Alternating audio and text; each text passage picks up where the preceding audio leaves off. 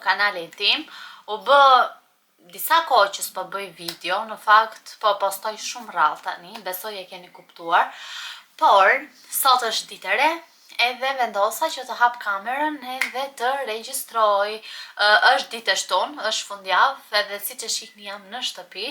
Nuk dua fare të dal nga shtëpia, imagjinoni kam arritur në atë fazën që nuk dua të dal fare nga shtëpia, sepse gjatë gjithë javës jam çdo mëngjes zgjohem në orën 6, bëhem gati dhe në orën 7:01 dal nga shtëpia, shkoj në kurs, vi, jam marrë me mësimet, kursi sa vjen dhe bëhet akoma dhe më i vështirë. Imagjinoni jemi akoma në nivelin e parë. Në fillim u duk si diçka e lehtë, thua, okay, s'është ndonjë gjë, por çdo ditë vjen edhe vështirësohet edhe shtohen gjërat, i jemi futur gramatikës edhe janë ca gjëra që në shqip ti kupton shumë mirë, ditë i bën shumë mirë, po kur vjen puna në finlandisht, është e vështirë sepse nuk i dim të gjitha fjalët, nuk dim t'i përkthejmë, është normale, po thoj se nuk dim fare, dim shumë pak gjëra, edhe na duken të vështira për gramatikën. Por do t'ja marrim dorën avash. Unë mundova dje që të rregulloj pak edhe televizorin, që të më dalin kanalet finlandeze, sepse deri tani nuk e kam marrë, domethënë e provova një me Xhesin, nuk e kemi rregulluar dot dhe e lam, dhe do ta provoj sot përsëri, do pyes edhe chatit, shikoj se si mund t'i rregulloj kanalet, që të shikoj edhe të më vritet veshi me finlandishten, që unë ta mësoj dhe ta kem më kollaj. Kështu njerëz, sot dita parashikohet të jetë me shi.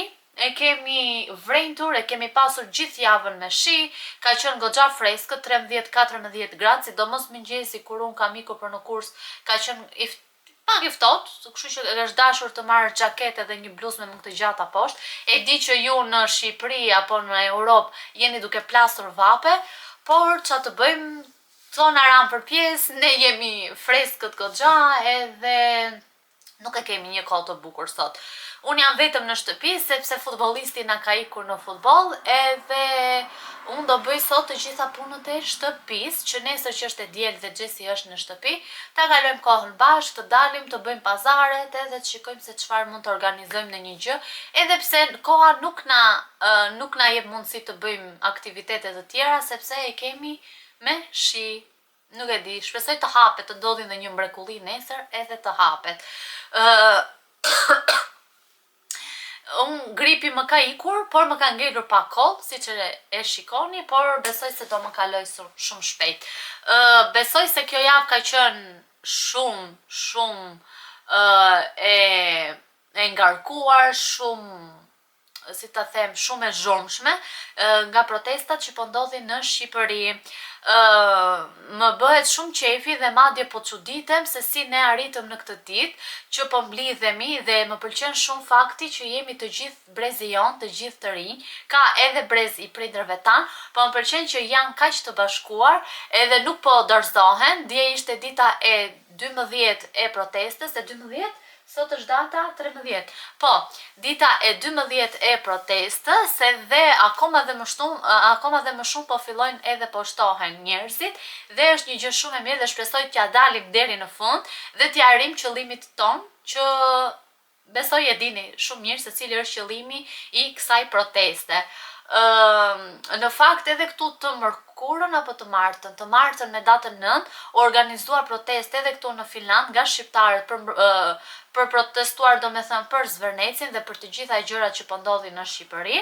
Unë doja shumë që të shkoja, ishte në orën 3, unë në orën 12 e pak e mbaroj kursin, sa vi në shtëpi, shkon ora diku tek 1, por do shkoja, por harova edhe u kujtova që kisha lënë një orar, një takim tek zyrat e punës, ku duhet të shkoja për të plotësuar të gjitha letrat e tjera që më duhen për benefitet që unë marr që kam nisur kursin, edhe më kishin lënë datën 9 në orën 1:30, edhe kam ndonjur deri në orën 3 tek këto zyrat, sepse zjasin shumë si takime, jo duhet të plotësosh letra, jo duhet të verifikosh, jo morëm në telefon disa zyra të tjera, edhe nuk më dilte koha që të shkoja në qendër, sepse këtu në këtë zonën tonë edhe në shumë zona të tjera të Helsinkit i kanë pezulluar trenat sepse janë duke u restauruar, duke u rregulluar dhe ne që t'ikim në qendër të Helsinkit, nëse dikur merrnim trenin edhe merrnim autobusin 2-3 stacione edhe trenin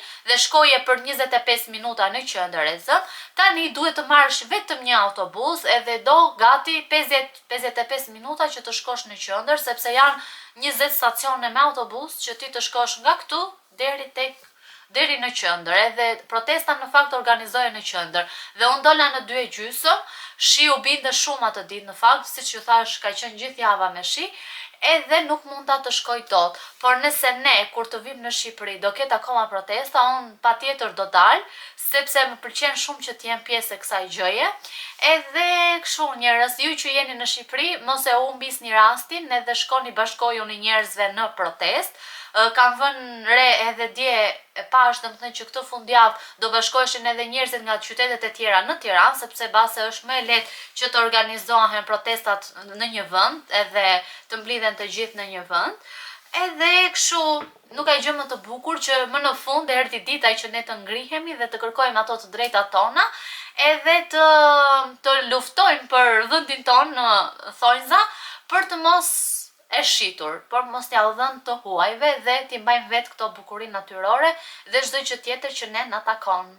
Kështu, nuk mund të vazhdoja vlogun pa folur pak për protestën, sepse është një temë që na ka prekur që të gjithëve, edhe shumë pak veta janë kundër, edhe kur shikoj këto emisione televizive që dalin edhe e mbrojnë këtë ndërtim që do bëhet apo këtë gjë që do ndërtohet atje, unë nuk e kuptoj. E kuptoj që janë edhe të detyruar të dalin të thonë atë gjë, sepse e dim se si funksionojnë gjërat në Shqipëri, por kjo dihet edhe mos ta diskutoj shumë këtu në YouTube, sepse dihet se si funksionojnë gjërat. Më vonë do ju flas pak edhe për kursin, se si po më shkon, ose po flas që tani, edhe pse kam 7 minuta që flas. Bëjmë punët edhe gjatë kohës që bëjmë punët, do ju tregoj edhe se si më shkon kursi, edhe disa gjëra që më kanë bërë përshtypje për mirë, që do t'ja u tregoj gjatë kësaj videoje.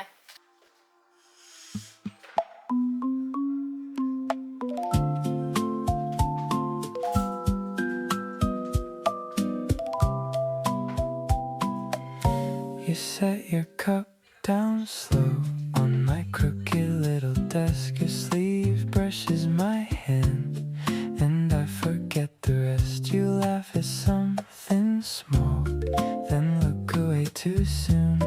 I'm losing my good sense in the middle of the room. And I try to play it cool, but you know what you do. One more glance, one more smile, and I'm gone in a second. Every little thing you do makes me fall again. Every little thing you do pulls me back in. Every little thing you do, oh, I'm yours again. Every little thing you do makes me fall in love again.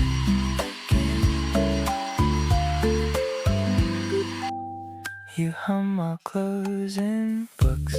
Your fingers trace the page. The whole day turns to gold when you stay in my frame. Your messages come in late, but I still read them twice.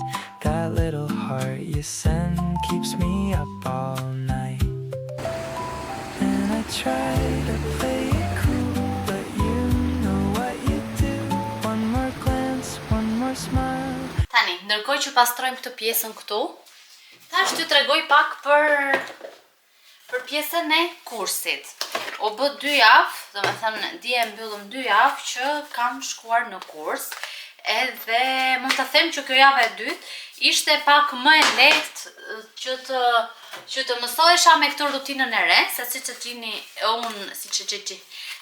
dini, isha bërë një gjumashe, domethënë kisha një rutinë shumë ndryshe, edhe tani me nisën e kursit, siç ju thash edhe më parë, zgjohem në orën 6:30 dhe në orën 7:01 unë kam dalë nga shtëpia për të marrë autobusin dhe për të shkuar në kurs.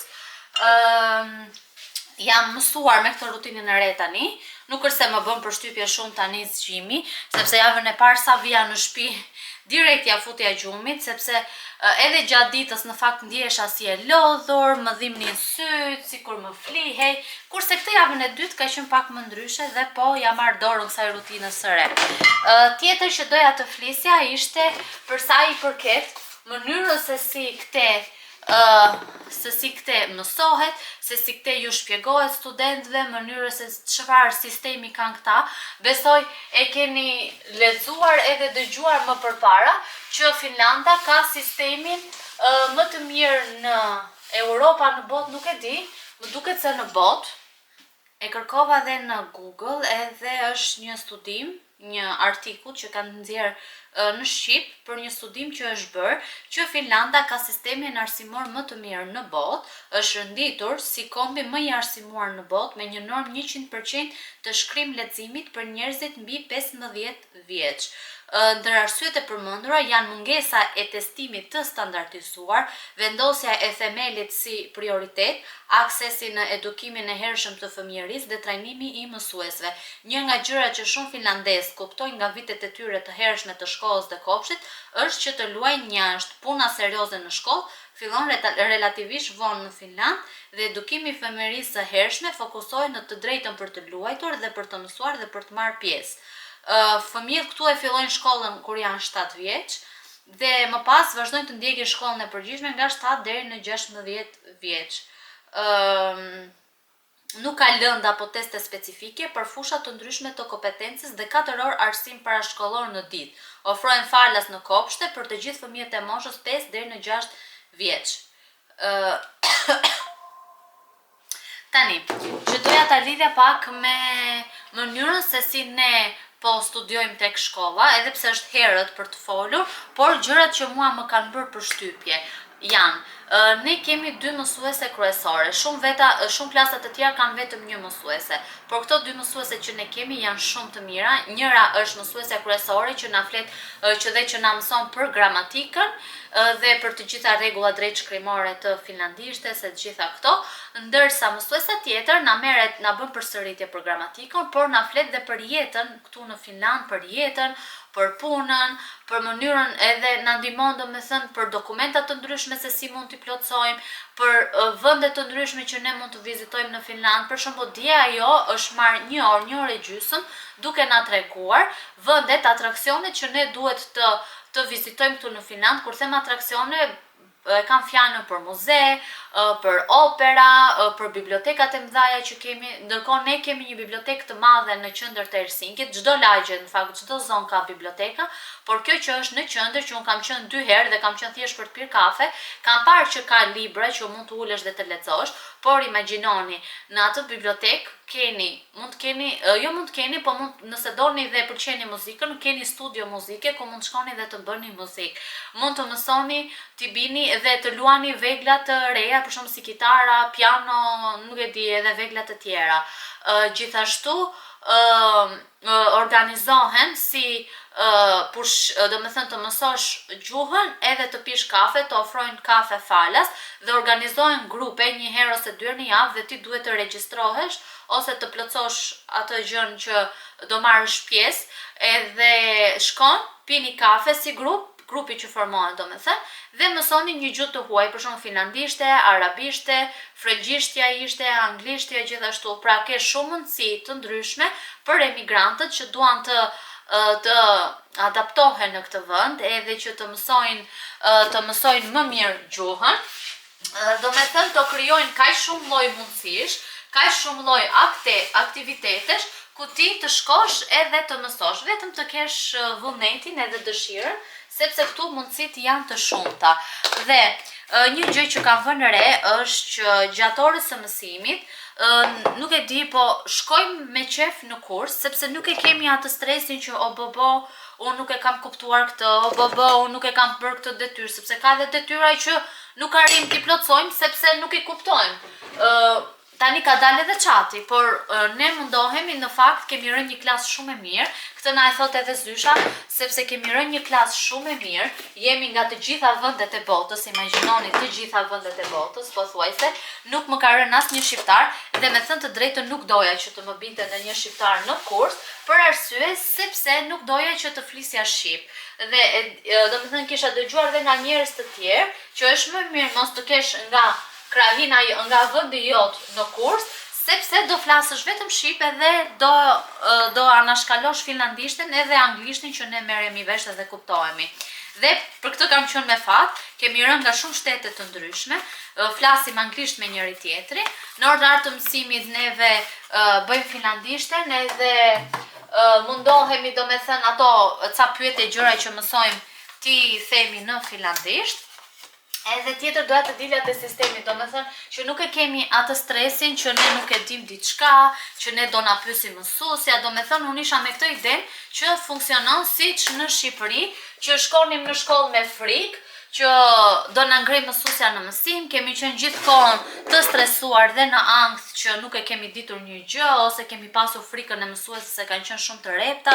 Ktu mësuesja po na thoshte që ne nuk e mbajmë veten më lart se ju. Ne jemi njësoj me juve. Dhe unë dua që ju të më thrisni në emër, mos më thrisni mësuese, edhe të jemi në një nivel që të gjithë. Domethënë, unë ju mësoj juve finlandishten, dhe unë mësoj nga ju, nga vendet tuaja, nga gjuhët tuaja që ju flisni. Edhe mos e keni këtë problemin që nuk e dini diçka, mund të më pyesni, mund ta pezulloj mësimin edhe t'ja u shpjegoj, domethënë atë që ajo ka bërë plan për ditën, dhe t'ja u mësoj përsëri, nuk e kam problem, domethënë nuk është problem për ta. Edhe domethënë mund të bëni çfarë do lloj pyetje. Dje në fakt po na tregonte për këto vende që duhet të vizitojmë në Finland, edhe po fliste domethënë që mësuesja në fakt na organizon mësimin në një mënyrë që na bën edhe lojra që ne t'i kuptojmë më mirë ushtrimet edhe pjesët që ajo na shpjegon, dhe në fakt është një mënyrë shumë e mirë kjo pjesa e lojrave të ndryshme, sepse ty të aktivizon edhe të bën më të përfshirë në mësim, edhe të bën që ta kuptosh më shpejt atë gjë që ajo po e shpjegon.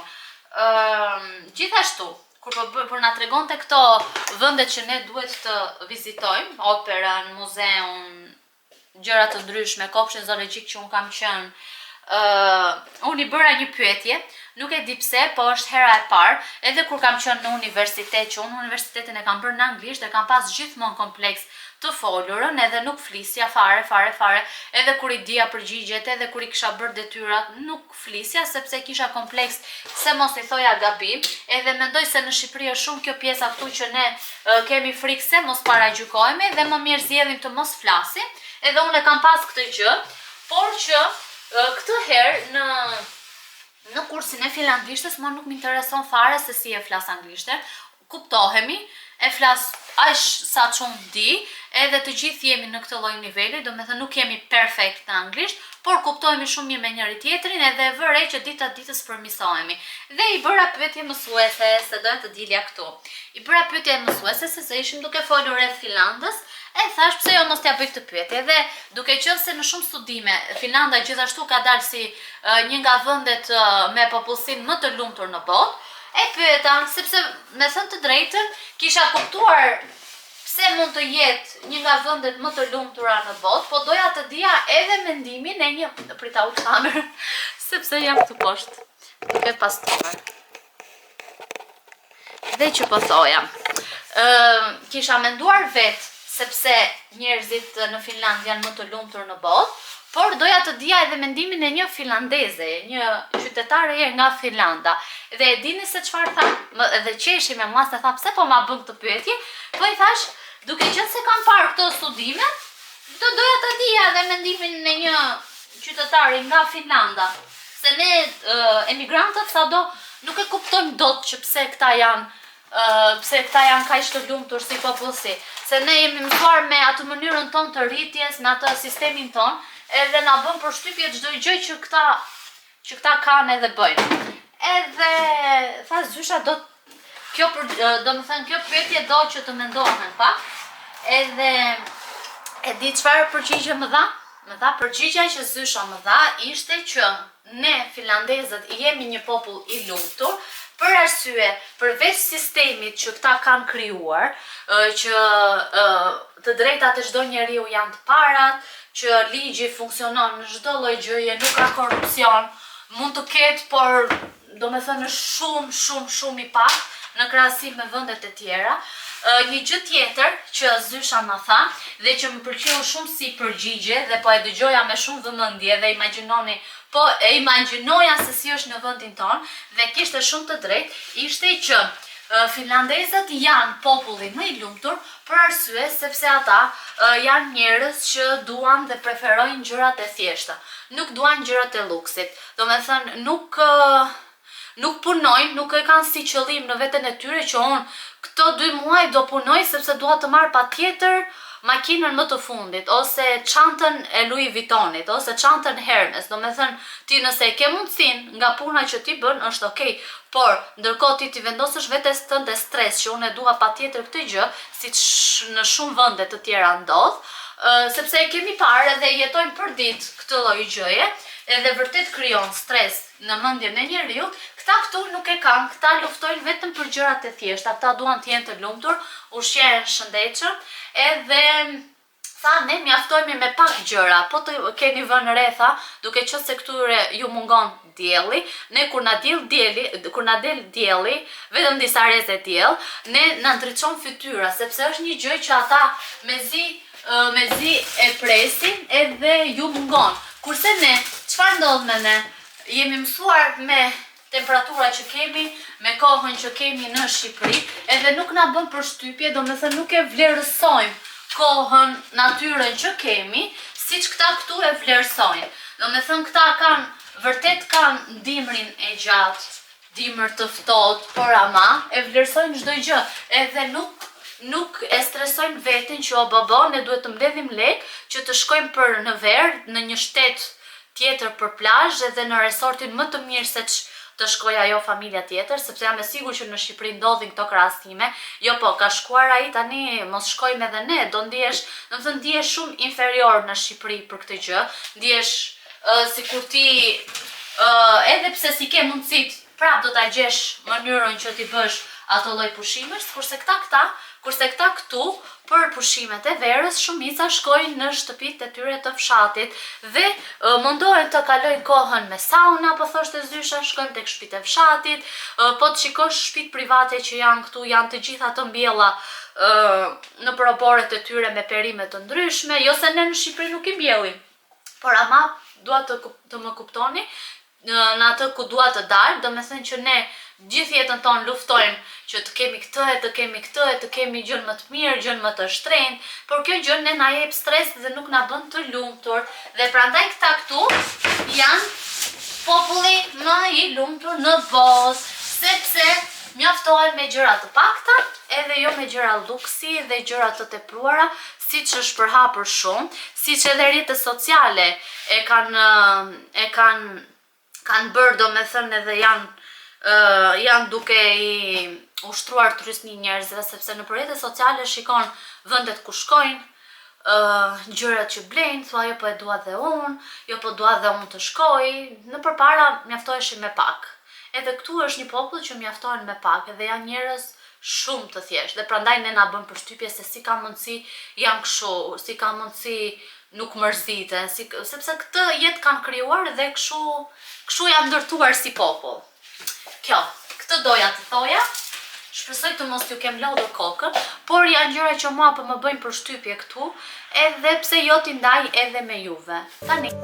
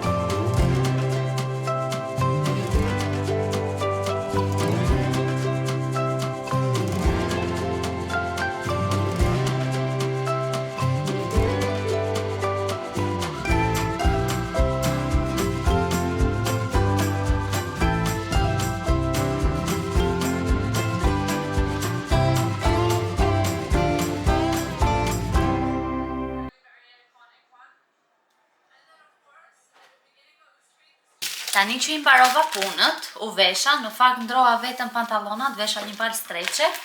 Jashtë më duket se po bie pak shi, mos harroj të marr çadrën. Do shkoj në supermarket sepse më duhet të marr disa gjëra ushqime, nga që do bëj byrek me qumësht, edhe duke qenë se këtu nuk gjem petë të gatshme të pjekura, do t'i hap edhe do t'i pjek vet. Tani pash në TikTok një zonjë shqiptare që bënte byrekun me qumësht dhe i piqte te pjesa e poshtme e furrës së bukës. Shpresoj mos më bëhet në i tym në një gjë edhe të më filloj alarmi. Shpresoj që jo, edhe inshallah nuk më merr shtëpia erë petat pjekura tani ose tym, sepse sapo kam mbaruar edhe punën. Ndërkohë këtu kam një palë xhinse të Xhesit, të cilat i kam shitur në Vinted, edhe duhet t'i çoj sot. Unë gjithmonë ju fus në një karamele këtu brenda, po e marr tani dhe po ja u fus. Edhe të ikim. Duhet të iki sepse kam shumë punë për të bërë pastaj. Mua po më hahet edhe pak bukë, por do duroj, do bëj byrekun edhe do ha byrekun. Tani mund të ha për shembull në një banana bread, në një copë banana bread, sepse e kam bërë para 2-3 ditësh. Edhe kam edhe pak, sepse ju çova edhe gocave te kursi, se ato e din që unë merrem me këto rrjete sociale edhe që gatuaj, që bëj receta, edhe ju çova banana bread.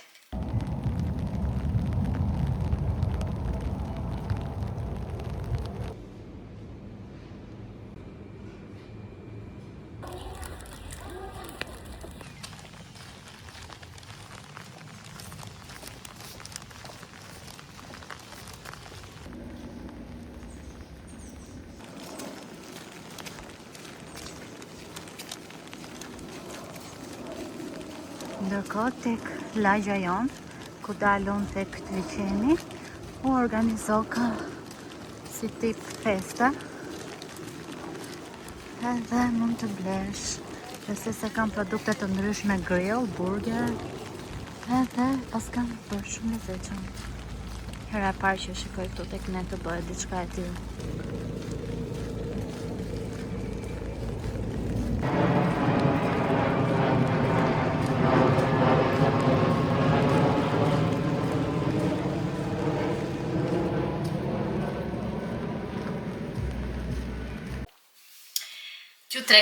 T'ju tregoj se çfarë bleva në supermarket.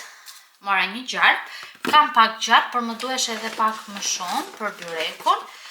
Mora 10 kokra vezë, mora një djath, sepse duaj që tek qumshi dhe tek tasi që do përzihem me vezët edhe gjalpin, dua t'i shtoj dhe djathin e thërmuar, se mendoj që bëhet më mirë byreku me qumësht kur ja vendos brenda në brum. Mora një qumësht të thjesht që është pa laktoz, por e kishte 3% yndyrën, se besoj se kur e bën byrekun me pak yndyrë del më e shishme. Mora edhe një miell që të zëm brumin. Gjithashtu, mora edhe lulet e mia të preferuara, pionis, që tani ju është ulur çmimi në fakt, edhe thash pse jo mos t'ja marr vetes.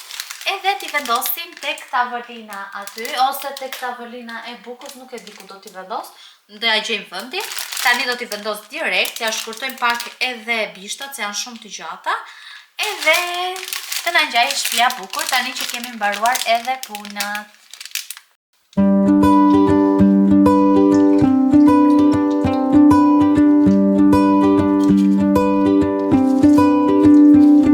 I saw you standing by the willow tree.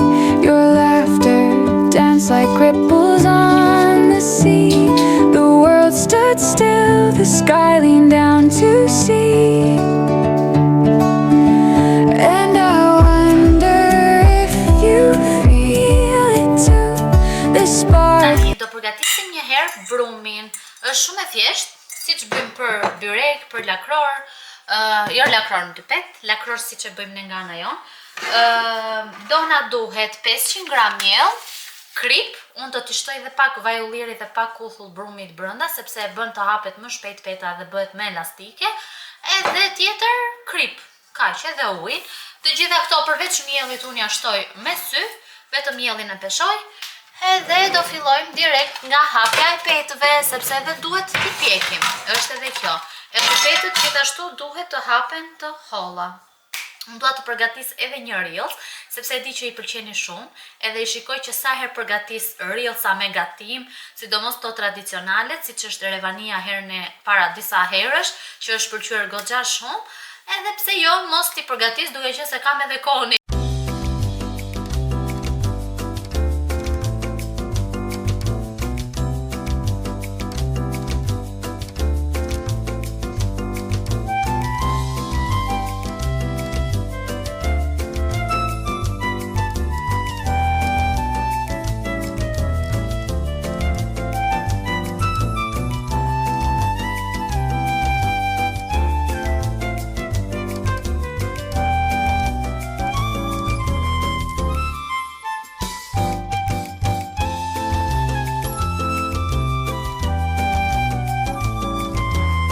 Shikoni pak se sa mirë më dolën petët, janë 14 petë, për masa sa unë shtova të miellit dhe ujit, dhe më dolën 14 petë. I vetmi gabim që kam bërë është që i hapa petët këtu te banaku dhe nuk kisha shumë hapësirë. Duhet të kisha bërë më mirë, ti kisha hapur tek tavolina e ngrënjes, por ka dalë shumë mirë. Tani të fillojmë t'i shtrojmë.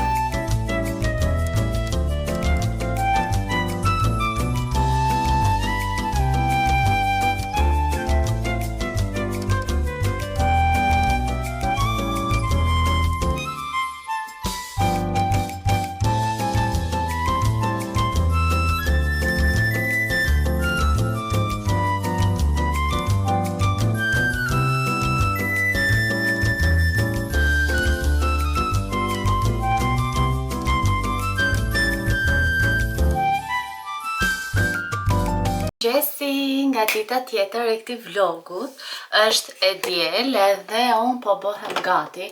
Sot jemi zgjuar vonë, sepse dhe kemi fjetur vonë brëm. Edhe kam përgatitur krepat, si që pat. Tani jam bërë gati, kam veshur një bluzë të thjeshtë dhe pantallonat e lirshme që janë kështu si serioze. Dhe u tregoj më vonë, se për kë kam fjalën.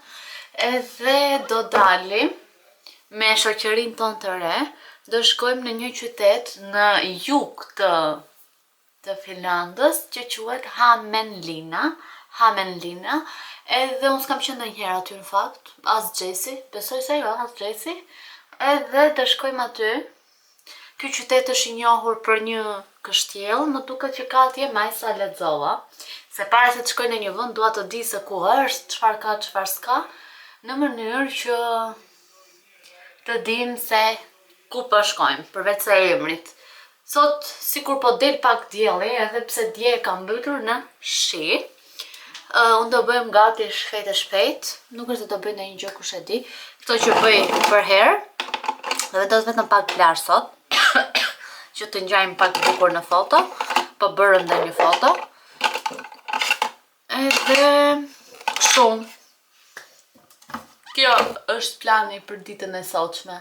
Do shkojmë në këtë qytetin e ri, ta vizitojmë edhe ta shikojmë një herë se si do jetë. Nesër na pret javë e re, jam në kurs që në orën 8, në 8 e filloj kursi, 7:15 dal nga shtëpia, sa shkoj, sa marr autobusin.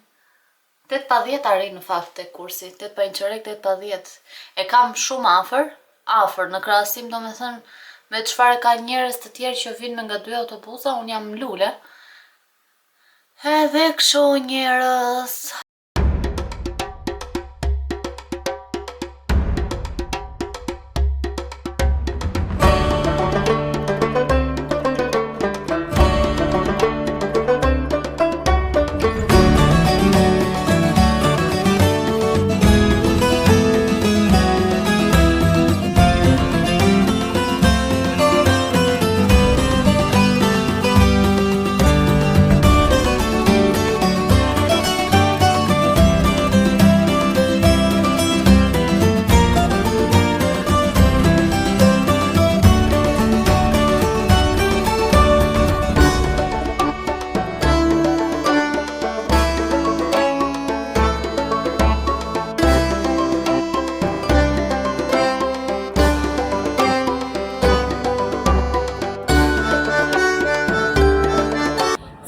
kemi arritur tek festivali mesjetar i Hamenlinës. Morëm edhe biletat edhe kushtonte 26 euro për person. Hyrja? 23. Po, 23 euro për person. Hyrja, shikon, nëse merje 4 bileta ishte 23. Nëse merje thjesht një biletë thjesht ishte 26 euro. Edhe pse? Se ishte 4 persona 60. po. Po, që i bie nga 23. 23. 3, 6, 9, 12. Matematika jo. Anyway, 26 euro ishte personi nëse merr thjesht një biletë thjesht. Edhe ky quhet festivali mesjetar i Hamenlinës, edhe me sa më nxori çati, ishte një gërshetim i fshatit, komunitetit dhe qytetit mesjetar. Humbën burra tane tani. Jo, ande i thanë ata të shkonim. Edhe të gjithë janë veshur si në mesjet. Të ngjan tamam si filmi tek Vikingët, edhe nuk e di. Vetëm ne jemi jashtë tematikës së veshjeve, edhe ushqimet që shesin, edhe suvenire të ndryshme. Druri, hekuri me çfarë po shikonim, edhe nga këto prej leshi që bëjnë punime të ndryshme. Vetëm ne jemi veshur kështu se na gjenden këto lloj veshjesh, edhe nuk e dinim që të gjithë do visheshin kështu, por është një gjë shumë interesante.